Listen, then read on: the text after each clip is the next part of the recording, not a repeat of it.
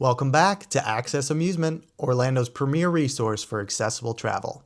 Today we're talking about managing sensory sensitivities in Walt Disney World. If you or your child have sensory sensitivity, Disney World can be an overwhelming experience. Sensory overload is common throughout: loud music, large crowds, vibrant lights and colors. However, with proper planning, each Disney day can be a great experience. Let's start with the one thing that has been a game changer for our clients: the DAS Pass. DAS, or Disability Access Service, can help visitors who have a hard time standing in line for extended periods of time. Guests with sensory sensitivities report while in line, especially in an enclosed space, find that the noise of multiple conversations can be overstimulating. Plus, there can be audio tracks from the ride itself that can contribute to the noise levels. In addition, there can be cue features that include stimulating effects such as lights, animatronics, and more.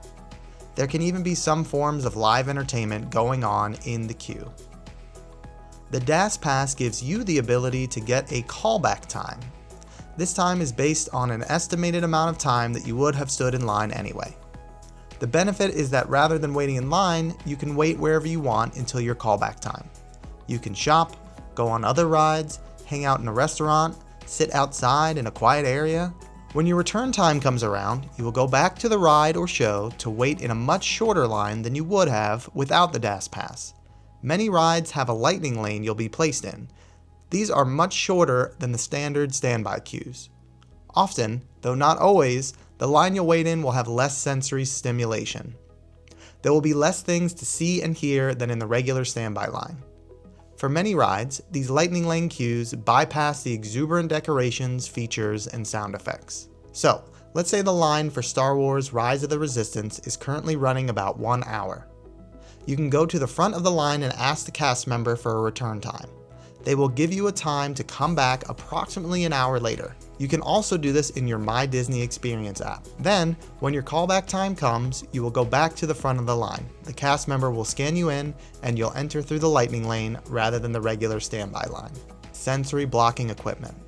If you're an individual or have someone in your group that has sensory sensitivities, you are familiar with these tools: noise-canceling headphones, sunglasses, which may be helpful on a ride or a show with a lot of light effects, and possibly even a sweater. Use it to cover your eyes if needed. Breaking up the day. Disney World has so many lights, sounds, and colors, not to mention all of the people, scents, and textures. Some guests have trouble filtering out the background noise, and they experience sensitivity to variations in light. Navigating around all of the people can feel challenging. Handling all the stimulation can be exhausting. It's important to avoid exhaustion and possible meltdown that this sometimes brings. Consider taking a break in the middle of the day. Give yourself or your family member some time in the hotel room. Go relax where it's quiet and cool and even dark if you wish or they wish it to be. Get some rest. If you find it relaxing, visit the resort pool. Avoid the main pools at the Disney resorts in the afternoon. They hold very loud pool parties. Choose a resort with quiet pools and visit those instead, utilizing quiet spots for breaks and rest.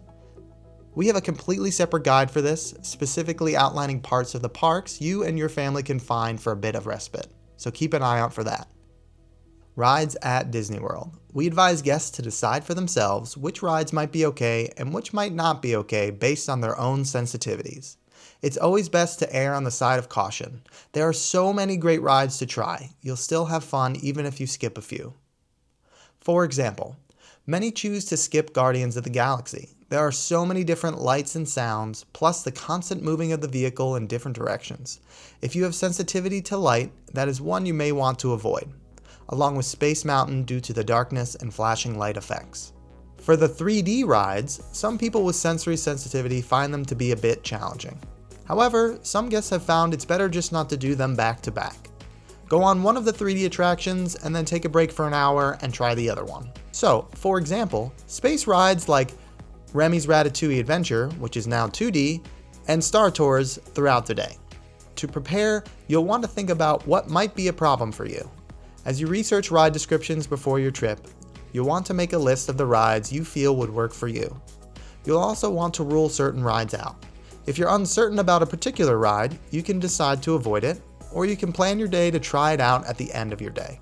Choosing a Disney World resort. Staying at a Disney World resort can be helpful because of the proximity. If you need a rest, you'll be able to get to your resort more quickly. You'll spend less time in transit. There are several Disney World resorts that would be considered calmer. Of course, you can never tell who's staying near you, but you have a better chance of staying in a relatively calm environment in some of these resorts designed with space and nature in mind. In our experience, we would suggest skipping the value resorts if possible. They tend to have big groups of teens attending, and they can get a bit loud and rowdy. You have a better chance of having less groups in the moderate resorts, and the deluxe ones tend to be even quieter. One of our favorite moderate resorts is Port Orleans Riverside. It's quite spread out, and we usually find it to be peaceful. The food court can get crowded at peak times, so you may wish to plan meals during off times. Other Disney World-owned resorts to consider include Coronado Springs Resort, Caribbean Beach Resort, Wilderness Lodge, and Fort Wilderness. At Fort Wilderness, you can have your own freestanding cabin in a wooded area. When you stay in a Disney World-owned resort, take advantage of the early park entry, and if you're in a deluxe resort, extended evening hours. You'll find less crowds throughout the park during these times. Consider alternative transportation. Disney transportation can be a great option. However, wait times can be a challenge for some, and some forms of transportation can get crowded. For example, buses can get very crowded with many people standing. Having your own transportation or using a rideshare service like Lyft and minivans can be helpful. Plan around non-peak visiting times. We strongly recommend visiting Disney World during the less crowded times. It can be a much different, calmer, and better experience. Also, consider visiting during the more mild weather periods. Again, this can make for a calmer, easier, and more comfortable experience. Intense heat and heavy thunderstorms can make Disney World more challenging for almost anyone. If you or your family are planning an upcoming Orlando vacation and would like more information, a link to a certified advisor is in the description box below. Feel free to comment below with any questions you may have. And remember, everyone deserves to experience the magic.